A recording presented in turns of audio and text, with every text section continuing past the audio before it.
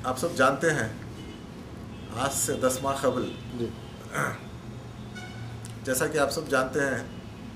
आज से 10 महीने पहले मेरे लड़के मोहम्मद अजमुल रहमान की रोड एक्सीडेंट में मृत्यु हो गई थी। उसके बाद से मैं और मेरा परिवार जिन हालात से गुज़रा, मेरे पास शब्द नहीं है वो आपसे मैं शेयर कर सकूं, मगर मैं सिर्फ इतना आपसे कह सकता हूं कि उस दिन से मैंने निर्णय ले लिया था कि एक स्पीड के ख़िलाफ़ कैंपेन शुरू करेंगे। और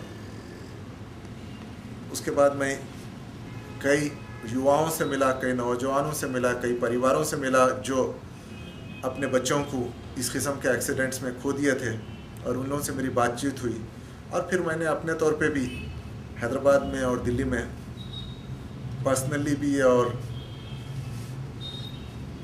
कई हमारे दोस्तों के द्वारा भी मैंने एक सर्वे भी करवाया। तो सर्वे में जो बात सामने आई है कि 2-3 चीज़ें उसमें सामने आई है जिस पे मैं समझता हूँ कि हमें ध्यान देने की ज़रूरत है। एक जो है, जो 90% जो एक्सीडेंट्स होते हैं वो एक्सीडेंट्स होते हैं हमारे जो नौजवान, जो युवा होते हैं, वो हाई स्पीड से बाइक चलाते हैं। और जब हाई स्पीड में सामने अगर कोई चीज़ आ जाए तो कंट्रोल करना मुश्किल हो जाता है, और एक्सीडेंट के लिए एक फ्रैक्शन ऑफ सेकंड काफ़ी है। और जब एक्सीडेंट होता है तो 90% एक्सीडेंट्स में मृत्यु हो जाती है, या नहीं तो फिर परमानेंट डिसेबिलिटी होती है। और उसके बाद दूसरा जो हम देखें हैं कि हमारे यहाँ जो रोड कंडीशन है, चाहे हमारे खुद शहर हैदराबाद में हो या फिर दूसरे सिटीज़ में, वो रोड कंडीशंस की वजह से भी क्या होता है कि एक पैच हमें अच्छा मिलता है। वहाँ पे ये होता है कि जब स्पीड पकड़ते हैं तो एक सडन हम देखते हैं तो वहाँ पे या तो एक स्पीड ब्रेकर आ जाता है या नहीं, और स्पीड ब्रेकर अगर आ भी जाता है तो उससे पहले निशान नहीं होता है स्पीड ब्रेकर का, या नहीं तो रोड में एक किस्म का कहीं खड्डा मिलता है हमें, और वहाँ पे सडन हमारे नौजवान, हमारे युवा जो होते हैं मोटरसाइकिल को कोशिश करते हैं कि वो खड्डा बचाने के लिए कंट्रोल, और वहीं पे कहीं ना कहीं स्लिप हो जाते हैं। और तीसरी जो रहती है, जो और एक जो कारण है जो इस किस्म के घटनाओं का, एक्सीडेंट का, वो है हमारे युवाओं में अवेयरनेस की कमी है, ट्रैफिक रूल्स और रेगुलेशंस की। तो ये तीनों चीज़ों को सामने रख के, मद्देनज़र रख के, मेरे दिमाग में ख्याल आया कि कैंपेन हम शुरू करें, और ये कैंपेन के ज़रिए ये युवाओं में और फिर पेरेंट्स में एक किस्म की जागृति पैदा करें, एक किस्म का अवेयरनेस पैदा करें कि एक्सीडेंट तो बहुत आसान होता है, और एक्सीडेंट जो होता है 90% एक्सीडेंट हमारी गलती से होता है, 10% एक्सीडेंट किसी और की गलती से होता है। मगर ये एक्सीडेंट्स बहुत हद तक हम अगर केयरफुल अगर हो और सावधान हो तो हम इसको एक्सीडेंट्स को से बचा सकते हैं। जैसा कि हम देखते आ रहे हैं आजकल हर मोटरसाइकिल, मैं स्पोर्ट्स बाइक्स की तो बात नहीं कर रहा हूँ क्योंकि स्पोर्ट्स बाइक्स जो है वो तो बने हुए ही होते हैं रेसिंग के लिए, और हुकूमत को चाहिए, हमारे सरकार को चाहिए कि उन स्पोर्ट्स बाइक की जो इंपोर्ट को बैन कर दे मुकम्मल तरीके से, क्योंकि उस किस्म के रोड्स हमारे यहाँ नहीं हैं। अगर हम स्पोर्ट्स बाइक को अगर बैन नहीं करेंगे, उस किस्म से अगर इंपोर्ट अगर होंगे, तो लाजमी बात है कि हमारे युवा को कंट्रोल करना मुश्किल होता है। वो दिन में नहीं तो रात में स्पोर्ट बाइक लेके निकलेंगे और स्पीड कहीं ना कहीं उनको ख़त्म कर देगी। तो पहली चीज़ जो है कि वो स्पोर्ट्स बाइक का इंपोर्ट बैन करे। दूसरी जो बहुत अहम चीज़ है वो है जो खुद हमारे जो लोकल जो बाइक मैन्युफैक्चरर्स है, वो भी कोई स्पोर्ट्स बाइक से कम नहीं है आजकल। अगर उनका डिज़ाइन ठीक है, डिज़ाइनिंग वगैरह तो एक वो होता है, मगर जब उनकी स्पीड की जो बात आती है तो 140 या 160 मिनिमम मैक्सिमम स्पीड के साथ आते हैं। और जो जिस किस्म के विज्ञापन वो टीवी पे देते हैं या नहीं तो प्रिंट मीडिया में आते हैं, तो कहते हैं कि 0 to 90 की स्पीड आप 30 सेकंड में अचीव कर पाएंगे। तो ये एक जो ख़ास तौर पे युवाओं के दिमाग पे एक बहुत बुरा असर डाल देता है। और जब एक युवा मोटरसाइकिल ख़रीदता है तो आजकल वो एक क्राइटेरिया ये बनाया है कि भाई इस 0 to 90 कौन सी बाइक है जो मुझे 30 सेकंड में देती है। उसको पता चलता है कि फ़लाँ बाइक है जो मेरे को 0 to 90 30 सेकंड में देती है, तो वो बाइक ख़रीदने की कोशिश करता है। और अक्सर ये होता है कि मैं कई पेरेंट्स से मैं बात किया हूँ खुद, तो कोई भी पेरेंट अपनी रजामंदी से या खुशी से समझिए अपने बच्चों को बाइक नहीं दिलाती। मगर हमारे यहाँ हम देखते हैं कि पब्लिक ट्रांसपोर्टेशन, चाहे हैदराबाद हो या दूसरे शहरों में भी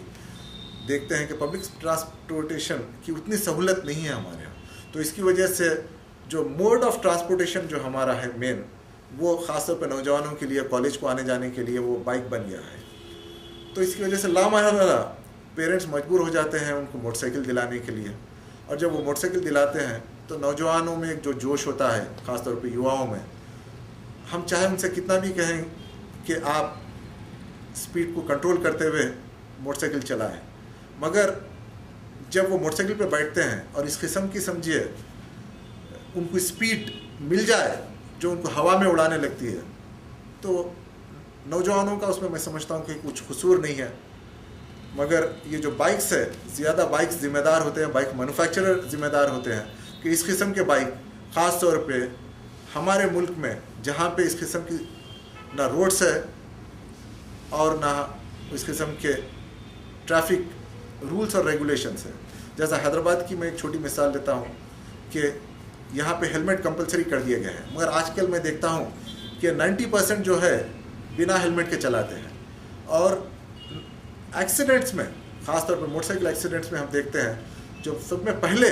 जो हिट होता है आपका जाके सर हिट होता है, और 90% जो डेथ्स होते हैं एक्सीडेंट में वो हेड इंजरी की वजह से होते हैं। तो जबकि हम देख रहे हैं कि यहाँ पे हेलमेट का जिस तरीके से रूल तो बना दिया गया है मगर उसका इम्प्लीमेंटेशन नहीं हो पा रहा है, तो हमारी ट्रैफिक पुलिस की भी यह जिम्मेदारी बनती है कि रूल्स के इम्प्लीमेंट करे। ट्रैफिक पुलिस तो मैं देखा हूँ कि काफ़ी हद तक कोशिश कर रही है कि वो लोग अभी ये देख रहे हैं कि जो कांस्टेबल होता है जो ट्रैफिक का, उसके हाथ में कैमरा दे दिया है, और कैमरे में ये होता है कि जो भी अगर स्पीड जा रहा है तो वो फ़ोटो खींच लेता है। उससे मैं समझता हूँ कि हल नहीं है। उससे सिर्फ ये होता है कि वो नौजवान को चालान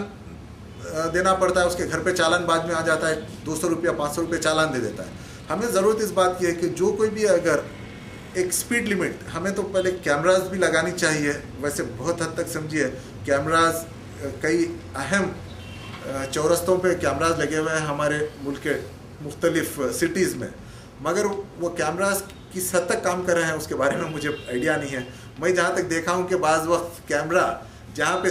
ट्रैफिक रुकी हुई है उसके बावजूद भी मैं देखा हूँ कि फ्लैश चल रहा है। तो वो देख के मुझे लगा है कि वो कैमरा सिर्फ वो टाइमिंग उसमें दे दी गई है, टाइमर जो हर थोड़ी देर को वो फ्लैश इसलिए दिया जा रहा है कि उससे एक डर और खौफ पैदा हो कि भाई तुम्हारी फ़ोटो खींची जा रही है।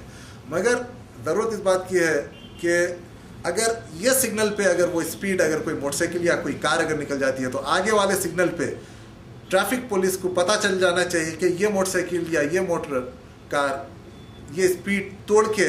या ये स्पीड को तय करके वहाँ ये उसको पकड़ लेना चाहिए और सीज कर लेना चाहिए। और 3 बार अगर